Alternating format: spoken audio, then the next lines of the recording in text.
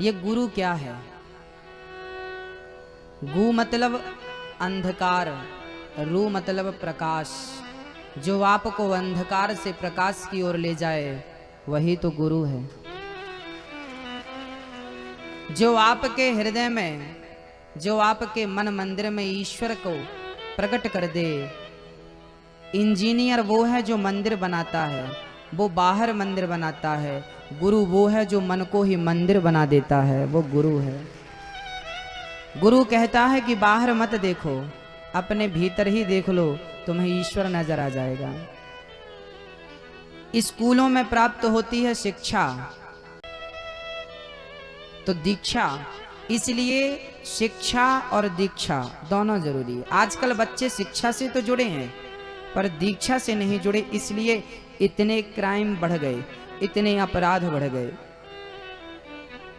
नीति और नियत का ज्ञान होता, अच्छाई और सच्चाई बुराई का ज्ञान होता, क्या सही है और क्या गलत है यदि इसका बोध मैं भगवान को पाऊंगा। भगवान को पाएगा तो सही भाई, पर भगवान तक पहुंचने का मार्ग तो कोई ना कोई बताएगा। जब ध्रुव जी घर से निकले तो रास्ते में गुरु मिल गए। क्या नाम था उन गुरु का? श्री नारद जी। नारद जी मिल गए श्री ध्रुव जी को। बेटा कहाँ जा रहा है? ध्रुव जी बोले भगवान को पाने जा रहा हूँ। नारद जी बोले तू ऐसे भगवान को कभी नहीं प्राप्त कर सकता। बोले कैसे पाऊंगा? आप ही मार्ग बता दो, आप ही मेरे गुरु बन जाओ। और जब ध्रुव जी ने अपना गुरु बनाया तो गुरु ने वो मार्ग बताया कि ध्रुव जी जाकर भगवान की गोद में बैठ गए।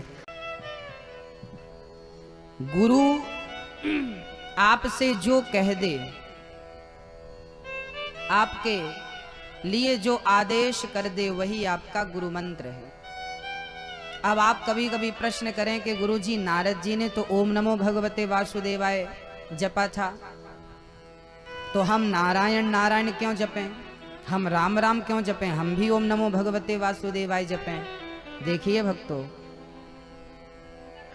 बाजार में नारियल मिलते हैं, क्या आप दुकानदार से कहते हैं भाई साहब प्रसाद दे दो? आप ये प्रसाद है। जब तक वो आपके हाथ में था तब तक वो नारियल था, और गुरु का हाथ लगते ही, भगवान को स्पर्श होते ही वो प्रसाद गुरु मंत्र होता है और वही प्रभावशाली होता है। यदि गुरु ने कह दिया कि तुम्हें ओम नमो भगवते वासुदेवाय जपना है तो ये मंत्र आपको प्रभाव देगा। अपने मन से आप जो जपेंगे उसका फल नहीं मिलेगा। बाजार से नारियल खरीद के खा लीजिए, नारियल में और नारियल के प्रसाद में अंतर है। ऐसे अपने मन से आपने कोई भी मंत्र जप लिया, उसका फल मिलेगा पर उतना नहीं मिलेगा। वही मंत्र जब गुरुजी आपको दें, अब गुरुजी नारायण का मंत्र देते हैं कि राम का मंत्र देते हैं कि ओम नमो भगवते वासुदेवाय ही फूंक देते हैं, वो गुरु की मर्जी, वो देखता है कि मेरा शिष्य क्या कर सकता है और क्या जप सकता है। इसलिए मनमुखी मंत्र कभी नहीं जपना चाहिए। जो गुरु ने दिया है वही सर्वश्रेष्ठ मंत्र है, उसी का दें हैं। पर जो गुरु के मुख से आपके कान तक पहुंचता है वो सबसे श्रेष्ठ होता है, वही आपकी दीक्षा है और वही आपको जपना चाहिए। कई माताएं कहती हैं पहले हम ये जपते थे, अब गुरु मंत्र लिया है तो क्या ये जपें? हाँ, अभी तक आप मनमुखी थे, अब गुरुमुख हो गए हो, अब मनमुखी नहीं हो तुम। मनमुखी वो है जो कभी भी कुछ भी करे, कुछ भी जपे, कहीं भी जाए, कहीं भी खाए। भाई शादी के पहले लड़की कहीं भी जाए, कहीं भी जाए, कुछ भी पहने, कोई रोक टोक नहीं है, पर शादी के बाद तो मर्यादित रहना पड़ेगा। ऐसे ही गुरु मंत्र लेने के बाद, गुरु परंपरा से जुड़ने के बाद गुरु आज्ञा। हमारी परंपरा कौन सी है? हमारी परंपरा कौन सी है? हमारी परंपरा है श्री रामानुजाचार्य परंपरा। हम रामानुजाचार्य परंपरा के हुए हैं रामानंदाचार्य जी। रामानंदाचार्य जी के शिष्य हुए हैं कबीरदास जी, रैदास जी। रैदास जी की एक शिष्या हुई हैं मीराबाई। हाँ, बहुत प्राचीन परंपरा है। उसी परंपरा से आज आपने शिक्षा और दीक्षा प्राप्त की। शिक्षा तो कथा है, दीक्षा तो गुरु मंत्र है। ये मंत्र जपिए, ये नित्य जपिए, जो गुरु की आज्ञा है उसका पालन करिए, यही आपकी दीक्षा।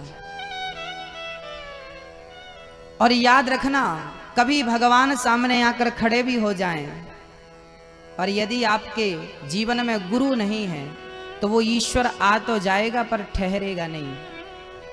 कच्चे घड़े में पानी भर दोगे तो भर तो जाएगा पर वो निकल जाएगा। ऐसे ही जब तक उसे पकाओगे नहीं पानी ठहरेगा नहीं। ऐसे जब तक गुरु सच्चा आपके जीवन में आकर आपको पका नहीं देता तब तक परमात्मा आपके भीतर ठहरेगा नहीं। यदि आपकी भक्ति प्रेम से आ भी गया तो वो ईश्वर आएगा और फिर चला जाएगा। राजा परीक्षित को 7 दिन में मुक्ति मिली, उद्धार मिला। बदौलत किसकी? परीक्षित के जीवन में गुरु बनकर कौन आया? भगवान तत्रा भवद भगवान व्यासपुत्रो, भगवान सुखदेव ही, भगवान नारायण ही सुखदेव के रूप में राजा परीक्षित के पास पहुंच गए। जब शिष्य को बड़ा प्रेम भगवान से हो और भगवान को पाना चाहे तो भगवान ही गुरु के रूप में उसके समक्ष आकर खड़े हो जाते हैं। इसका तो भगवान ही सुखदेव का अवतार लेकर के और राजा परीक्षित को 7 दिन की कथा सुना करके उनकी हाँ ही वैराग बिनु गावहि वेद पुराण की सुख लय हरि भगत बिनु। बिना गुरु के ज्ञान हो नहीं सकता, कितना भी प्रयास कर लो। मैं एक सुंदर से भगत की आपको चर्चा सुनाता हूँ। एक भक्त का नाम है नामदेव। महाराष्ट्र के एक संत हैं, विट्ठल भगवान के बड़े उपासक हैं। नाम है नामदेव। क्या नाम है? नामदेव जी नाम के संत थे। वो संत जी भगवान के इतने, विट्ठल भगवान के इतने करीब थे, लिखा है कि नामदेव को विट्ठल भगवान ने 27 बार प्रत्यक्ष दर्शन दिया। कितने बार? 27 बार नामदेव जी को विट्ठल भगवान ने। विट्ठल भगवान के बारे में आपने सुना है, जाना है? विट्ठल भगवान जैसे वृंदावन में बिहारी जी हैं, ऐसे वही बिहारी जी एक रूप में विट्ठल भगवान के रूप में वो महाराष्ट्र में पूजते हैं। वो विट्ठल भगवान है।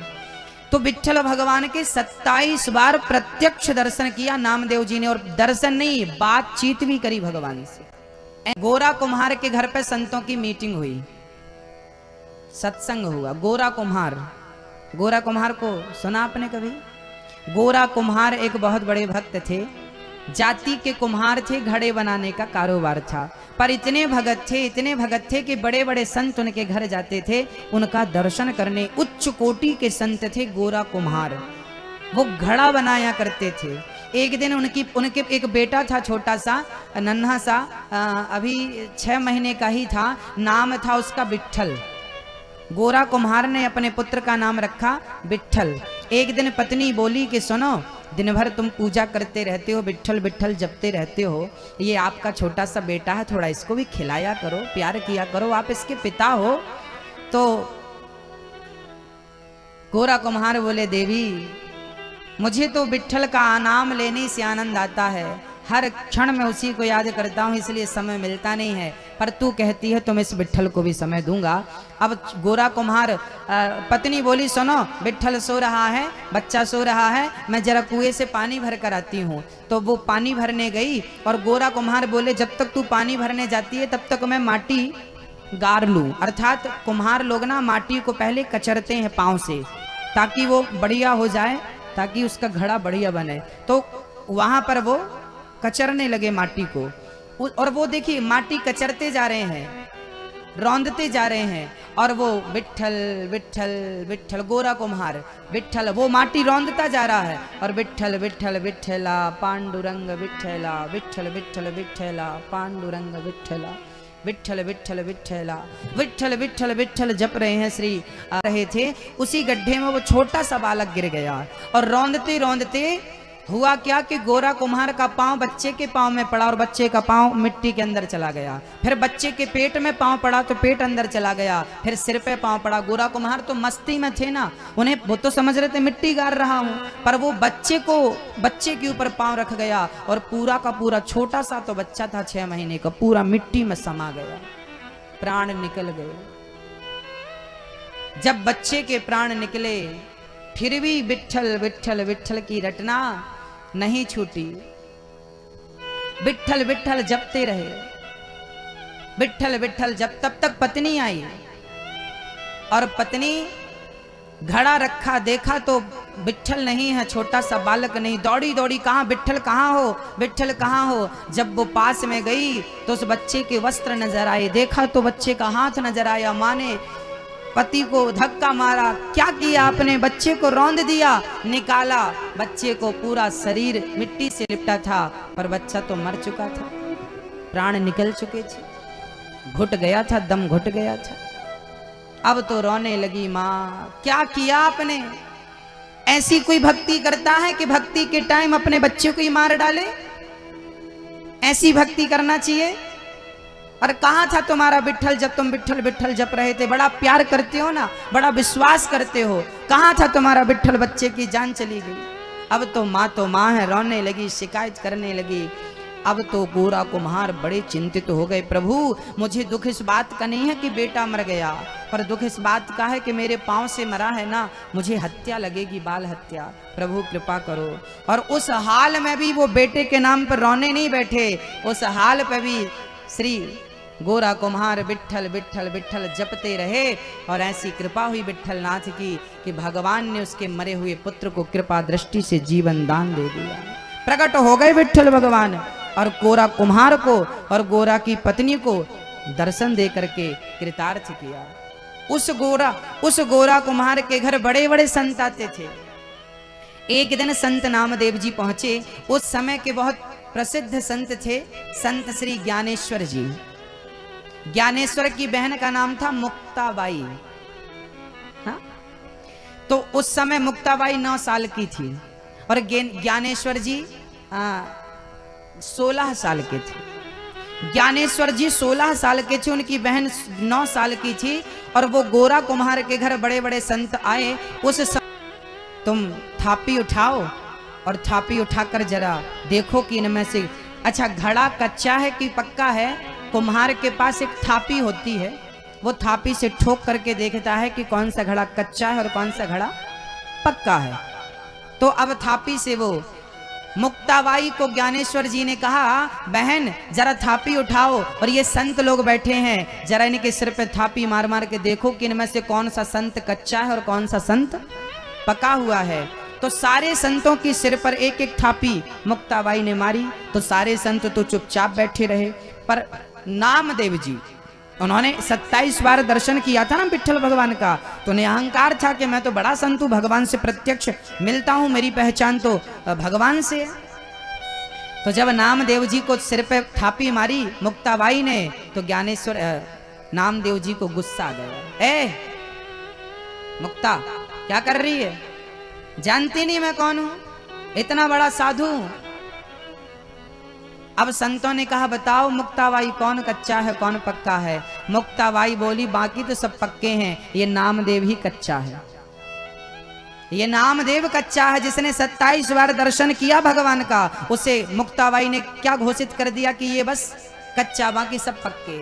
अब तो नामदेव जी को भरी समाज में बड़ा अपमान हुआ। राम राम राम राम, मुझे देखो ये कुम्हार की थापी मारी और उसमें भी कच्चा सिद्ध कर दिया। अब तो रोते रोते नामदेव जी विठ्ठल के पास चले गए। हे विठ्ठल आओ दर्शन दो। भगवान प्रकट हो गए। नामदेव क्या हुआ? बोले प्रभु सारे संसार के सामने मेरी बेइज्जती कर दी, बदनामी कर दी, कह दिया मैं कच्चा हूं। वो छोटी सी बच्ची ने मेरे माथे पे थापी मारी, कह दिया कच्चा है। बताओ प्रभु आप बताओ, आप निर्णय दो, क्या मैं कच्चा हूं? विठ्ठल भगवान ने गले से लगाया, नामदेव सो तो तुमने मेरा कई बार दर्शन किया है, पर उस मुक्ताबाई ने सही कहा है, तुम हो अभी कच्चे। क्यों कच्चा हूं मैं? क्योंकि तुमने मेरा दर्शन तो किया है, पर अभी तक तुमने गुरु नहीं बनाया, गुरु की शरण में नहीं गए, इसलिए तुम कच्चे हो। तो प्रभु बताओ मैं किसको गुरु बनाऊं? आप ही बताओ भाई, मेरे योग्य भी तो कोई गुरु होना चाहिए ना। तो भगवान ने कहा कि पास में गांव के बाहर खेचर नाम के संत जी बैठे हैं, जाओ तुम उनसे गुरु मंत्र ले लो। तो नामदेव जी वहां गए खेचर के पास। खेचर नाम के एक संत जी थे। तो खेचर जी के पास गए तो खेचर जी क्या कर रहे थे? खेचर जी बुढ़े थे, 95-90 साल के थे।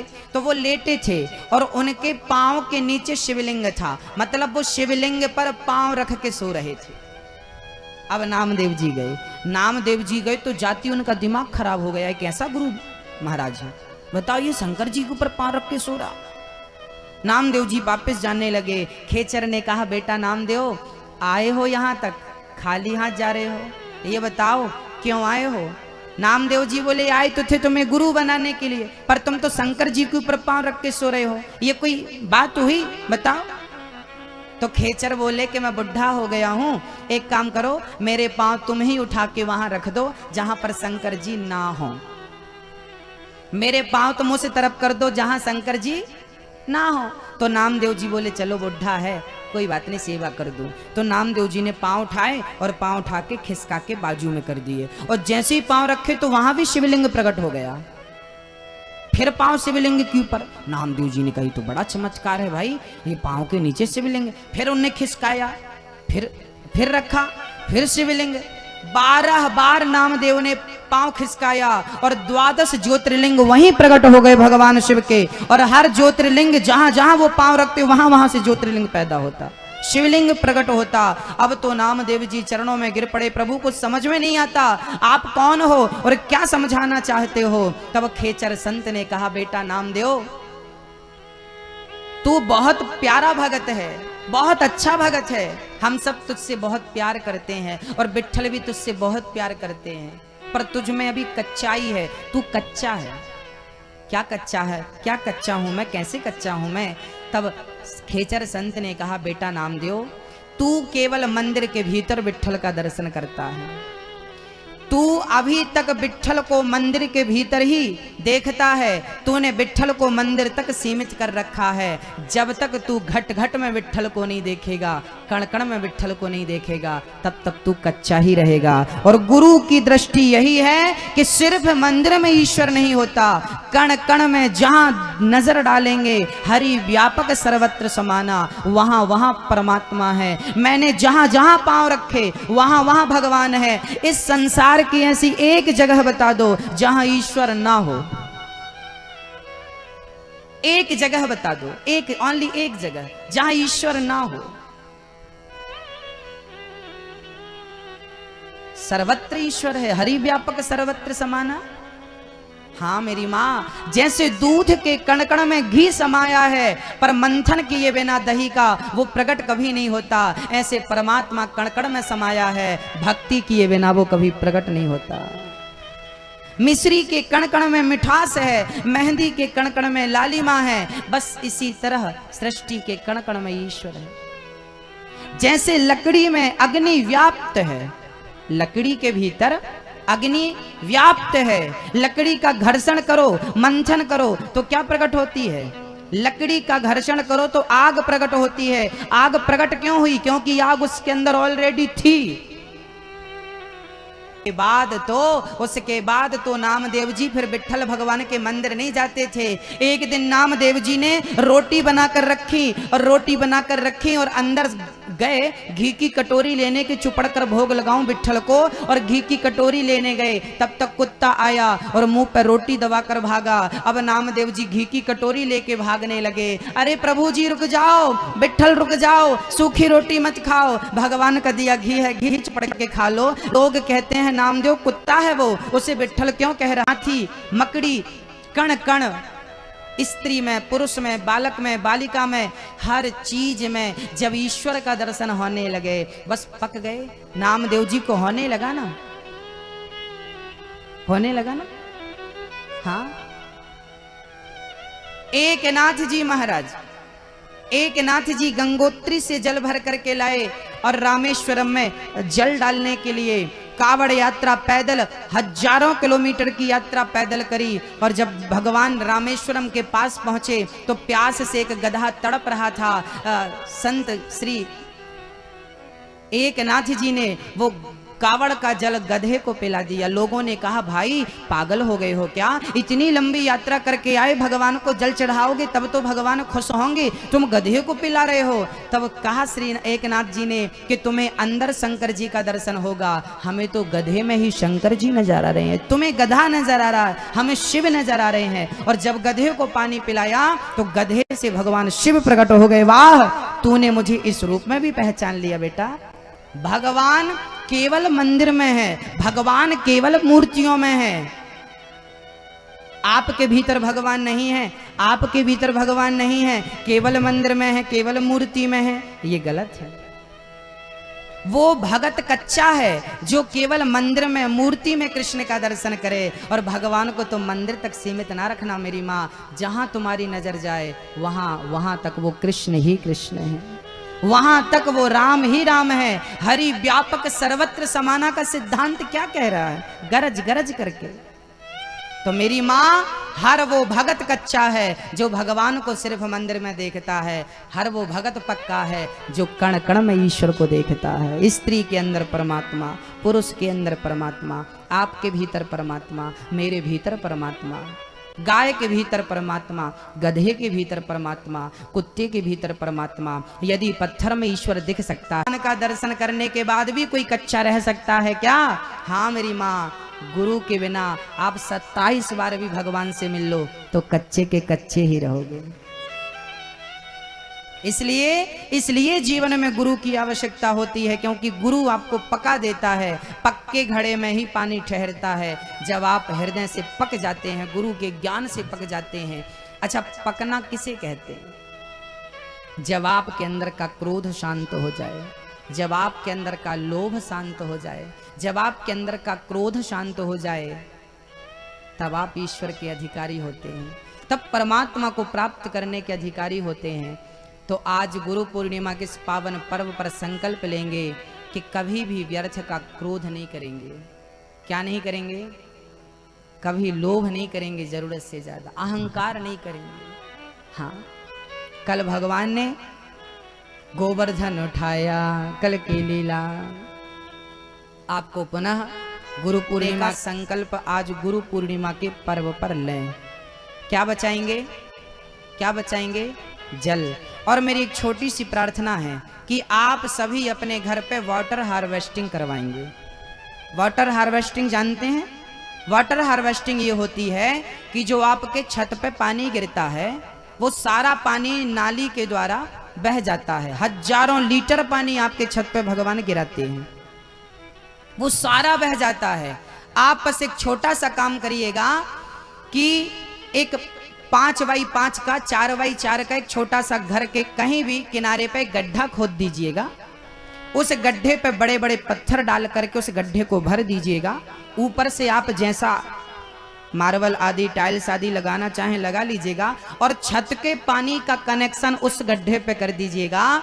तो पूरा पानी छत का उस गड्ढे के माध्यम से पृथ्वी माँ की प्यास बुझाने के काम आएगा।